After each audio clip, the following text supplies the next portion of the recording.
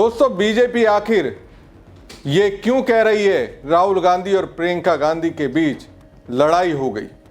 इसे फैलाने में जोर शोर से क्यों लग गई? क्यों सोशल मीडिया से लेकर अन्य मंचों पर बीजेपी नेता ये कहने में लगे हैं राहुल और प्रियंका के बीच लड़ाई हो गई? और इसके लिए कांग्रेस से गद्दारी कर बीजेपी में शामिल हुए नेताओं का क्या सहारा लेने लगी है?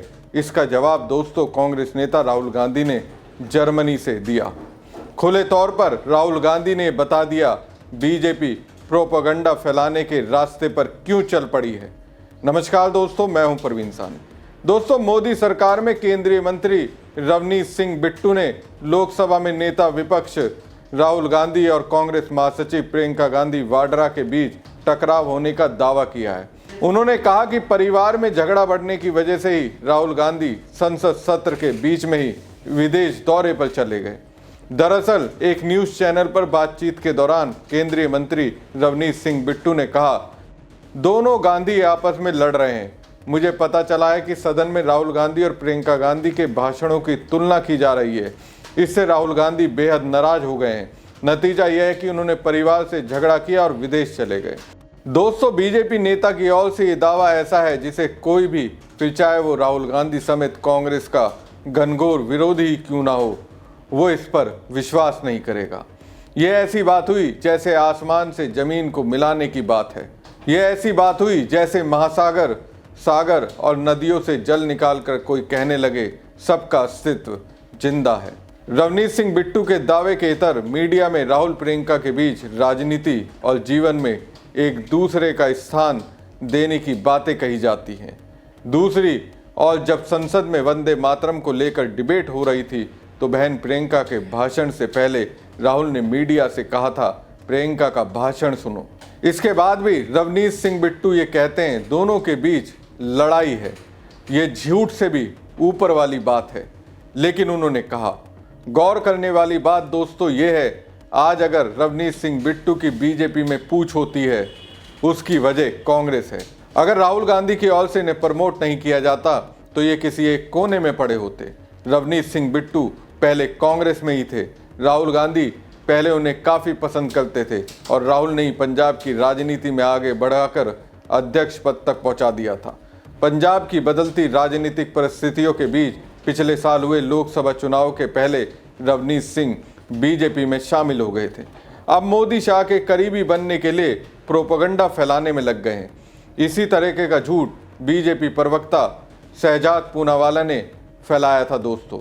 उन्होंने भी कहा था राहुल और प्रियंका गांधी के बीच झगड़ा है। गौर करने लायक बात यह है, ये भी पहले कांग्रेस में थे। वैसे गौर से देखा जाए, जब मोदी शाह समेत बीजेपी के मूल नेता राहुल गांधी से मुकाबला नहीं कर पाते हैं तो वो कांग्रेस से आए बीजेपी नेताओं का सहारा लेते हैं। अब सवाल यह है कि ये झूठ बीजेपी की ओर से क्यों फैलाया जा रहा है? तो दोस्तों, इसकी वजह है प्रियंका गांधी के आने से जिस तरह राहुल गांधी की सियासी रफ्तार में तेजी आई है, उससे वो डरे हुए हैं। राहुल गांधी भी कहते हैं मोदी शाह उनसे डरते हैं, उनका मुकाबला करने के नाम से घबरा जाते हैं। अब देखिए, मोदी जी भी विदेश यात्रा पर गए हैं और राहुल गांधी भी विदेश यात्रा पर हैं, लेकिन सुर्खियां सकारात्मक तौर पर कौन बटोर रहा है? वो है राहुल गांधी। और इसकी झलक राहुल गांधी ने जर्मनी से दिखा भी दी। कांग्रेस नेता राहुल गांधी ने जर्मनी में कहा, मैन्युफैक्चरिंग मजबूत अर्थव्यवस्था की रीढ़ होती है। दुर्भाग्य से भारत में मैन्युफैक्चरिंग में गिरावट आ रही है। विकास को तेज करने के लिए हमें ज़्यादा से ज़्यादा उत्पादन करना होगा।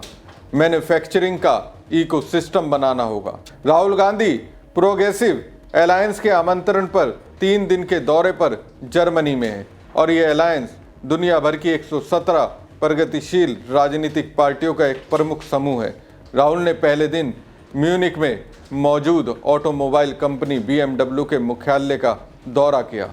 यहाँ उन्होंने विभिन्न कार और मोटरसाइकिलों के बारे में जानकारी ली। राहुल गांधी की जर्मनी यात्रा पर भाजपा नेता शहजाद पूनावाला ने कहा था, राहुल गांधी ने एक बार फिर साबित कर दिया कि LOP का मतलब लीडर ऑफ पर्यटन होता है।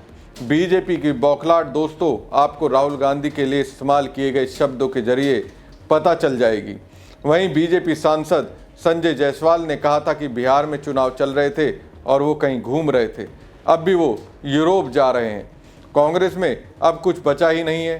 कांग्रेस विलुप्ति के दौर में है, तो फिर वो अपनी विदेश यात्राओं का आनंद क्यों छोड़ेंगे। वहीं रघुपति राजा राम को नेशनल एंथम बताने वाली कंगना रनौत कहती हैं, मैं उनकी यात्राओं पर नज़र नहीं रखती, ना ही उनके बारे में कोई खबर पढ़ती हूँ, तो मैं उनकी यात्राओं के बारे में क्या कह सकती हूँ। मैं इस तरह के चरित्र पर कोई टिप्पणी नहीं करना चाहती, क्योंकि आप जानते हैं कि इस व्यक्ति में कोई सार और चरित्र नहीं है। ये बात दोस्तों कंगना रनौत कह रही हैं। ज्ञानी कंगना, दोस्तों इनके ज्ञान के क्या ही कहने। अब दोस्तों इस तरह के प्रोपेगेंडा बीजेपी इसलिए फैला नहीं पा रही है क्योंकि बीजेपी को पहले ही ये आभास हो चुका था जर्मनी में राहुल गांधी का वेलकम शानदार होगा। ये वीडियो और ये तस्वीर इस बात की सबूत है। बीजेपी को मालूम हो चुका है राजनीति में प्रियंका गांधी के सक्रिय होने से राहुल गांधी पहले से ज़्यादा मजबूत हो चुके हैं। अब इसी विदेशी दौरे पर प्रियंका गांधी के जवाब से आप समझ सकते हैं, जिसमें वो कहती हैं प्रधानमंत्री नरेंद्र मोदी अपने काम का आधा समय विदेश में बिताते हैं, फिर भाजपा की ओर से विपक्ष के नेता की विदेश यात्रा पर सवाल क्यों उठाए जा रहे हैं। अब दोस्तों आपको मैं 2 वीडियो दिखाऊंगा। पहले वीडियो में प्रियंका गांधी को अपनी बहन मान चुके चंद्रशेखर आजाद हैं। देखिए नगीना से सांसद चंद्रशेखर आजाद के साथ सदन में कैसा व्यवहार हुआ। अगर नाम ही बदलना है तो मेरा, हालांकि नाम से हालात नहीं बदलते, तो नाम बदलना है तो सदगुरु रविदास जी के नाम पे कर दो, गुरु कबीर जी के नाम पे कर दो, अखंड ज्योति समनदास जी के नाम पे कर दो, मान्यवर काशीराम जी के नाम पे कर दो, मंत्री जी बैठे हैं चौधरी चरण सिंह जी के नाम पे कर दो, कोतवाल धन सिंह गुर्जर जी के नाम पे कर दो, माता दीन वाल्मीकि जी के नाम पे कर दो। रोजगार गारंटी बिना मौसमी शर्तों के लागू होनी चाहिए। रोजगार दिनों की सीमा राज्यों को बढ़ाने का अधिकार न्यूनतम 300 दिन केंद्र तय करे, लेकिन राज्य चाहे तो इसे 365 दिन बढ़ा सकते हैं। सर आपने हालात ऐसे बना दिए, विषय पे क्या कर सकते हैं आप ये बताइए। हालात ऐसे बना दिए सर। दूसरा नाम बुला लीजिए। श्री सुदामा प्रसाद जी। सर श्री सुदामा प्रसाद जी। धन्यवाद सभापति महोदय। सबका बीमा, प्लीज भी सितर सबकी रक्षा, बीमा कानून संशोधन विधेयक 2025 की धारा। क्या कहा चंद्रशेखर ने? उन्होंने तो बस इतना कहा था मनरेगा का नाम इनके नाम पर रख लेते। उसके जवाब में स्पीकर ने क्या कहा? चंद्रशेखर आजाद को बोलने नहीं दिया, उसकी जगह किसी और को टाइम दे दिया। अब ये वाला वीडियो देखिए। धन्यवाद अध्यक्ष महोदय। वरिष्ठ नेता है, गरिमा के अनुसार बोलना। सर आप रहिए, सर आपका सानिध्य चाहिए। मैं कैसे महत्वपूर्ण योजना बिल थी जो 2005 में सर इस देश में लागू की गई थी, और अब विकसित भारत रोजगार आजीविका गारंटी मिशन ग्रामीण 2025 में जिस तरीके से महात्मा गांधी ग्रामीण रोजगार गारंटी अधिनियम का नाम परिवर्तन प्रस्ताव का मैं स्पष्ट सशक्त तथ्यात्मक विरोध दर्ज करने के लिए खड़ा हुआ हूं। अध्यक्ष सभापति महोदय, क्योंकि ये सारा जो बिल है, मंत्री जी कह रहे थे कि मेरी बात को सुन के जाना। मंत्री जी मैं आपको याद दिलाना चाहता हूं, आपको चेयर सुन 2000 जयप्रकाश जी, हम सुन रहे हैं आपको। नहीं, मंत्री जी की बात कही मैंने जी, वो भी अपना, मैं गलत नहीं कहता, थ्रू आपके जाएगी मेरी सारी बात, मान लीजिए बस। तो जब ये बिल है महात्मा गांधी ग्रामीण रोजगार गारंटी बिल लोकसभा में आया 2005 में सर, और उसको कांग्रेस पार्टी और उस वक्त की यूपीए की चेयरपर्सन आदरणीय श्रीमती सोनिया गांधी जी ने और भारत के प्रधानमंत्री डॉक्टर मनमोहन सिंह ने, यूपीए के नेताओं ने बड़े फिराक दिली से कहा, जब विपक्ष के लोगों ने कहा कि ये सिलेक्ट उस पर संसदीय समिति को भेज दिया जाए, तो हमारी पार्टी ने, हमारे नेताओं ने संसदीय समिति को भेजा और सभी दल के नेताओं के विचार विमर्श के बाद, सभी दलों के हाँ भरने के बाद सदन में लाया गया। और जब ये सदन में इस पे चर्चा हो रही थी, अध्यक्ष महोदय, मुझे बड़े खेद के साथ कहना पड़ता है कि उस वक्त आज के प्रधानमंत्री, उस वक्त के मुख्यमंत्री माननीय नरेंद्र मोदी जी विरोध में बोल रहे थे, सर ये लोग किसान विरोधी हैं, मजदूर विरोधी हैं, ये कभी गरीब का भला नहीं चाहते सर। तो मैं 2005 में जब यूपीए गवर्नमेंट ने सिलेक्ट कमेटी को भेज दिया, तो जब कल हमारे नेता ये चाह रहे थे कि इसको स्टैंडिंग कमेटी में भेज दिया जाए, तो किस बात का अंदेशा था कि आप इसको भेजते? क्योंकि महात्मा गांधी जी का नाम बदलना देश में सबसे बड़ा अपराध है सर। ये महात्मा जी थे। मैं बहुत देशों में गया हूं सर, जहां जाते हैं महात्मा जी के स्टैचू के ऊपर माला अर्पण करते हैं। दुनिया का जो भी राष्ट्राध्यक्ष है, वो जब हिंदुस्तान में आता है महात्मा जी की समाधि पे जाता है।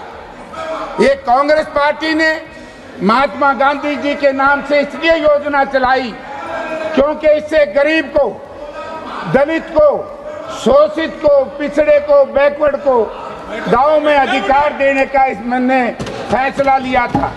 तो इसलिए सर 2005 में जब ये लागू क्यों किया गया सर, बहुत सी ऐसी आवाज आई पूरे हिंदुस्तान से, गरीब की आवाज, मजदूर की आवाज, कि देश में एक ऐसा कानून लाया जाए जिसको रोजगार की गारंटी का कानून माना जाए।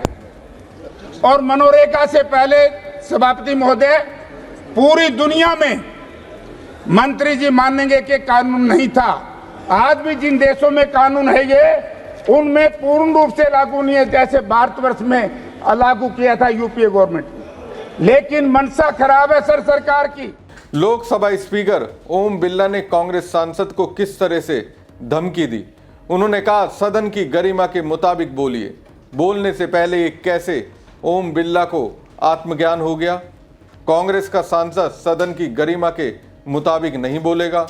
ओम बिरला ने जिस तरह से दोस्तों ये कहा, मुझे तो ऐसा लग रहा है वो कह रहे हो सरकार के खिलाफ मत बोलना वरना बोलने नहीं देंगे। हालांकि राहुल का ये सांसद बिरला की धमकी के सामने नतमस्तक नहीं हुआ, मनरेगा पर टू द पॉइंट बोलता रहा और उस दौरान बिरला समेत बीजेपी सांसदों के पास कोई जवाब नहीं था। वैसे भी राहुल गांधी ने पहले ही कह दिया, बीजेपी से डरना नहीं बल्कि लड़ना है, करारा जवाब देना है। उनके सांसद उन्हीं के कहे के मुताबिक चल रहे हैं। बाकी जर्मनी से अपने जलवे की तस्वीरें और अपनी बातों के जरिए राहुल गांधी इस सरकार को तो जवाब दे ही रहे हैं। हमारी खबर आपको कैसी लगी कमेंट बॉक्स में कमेंट करके जरूर बताएं। साथ ही पेज को ज़्यादा से ज़्यादा लाइक और शेयर कीजिएगा। धन्यवाद।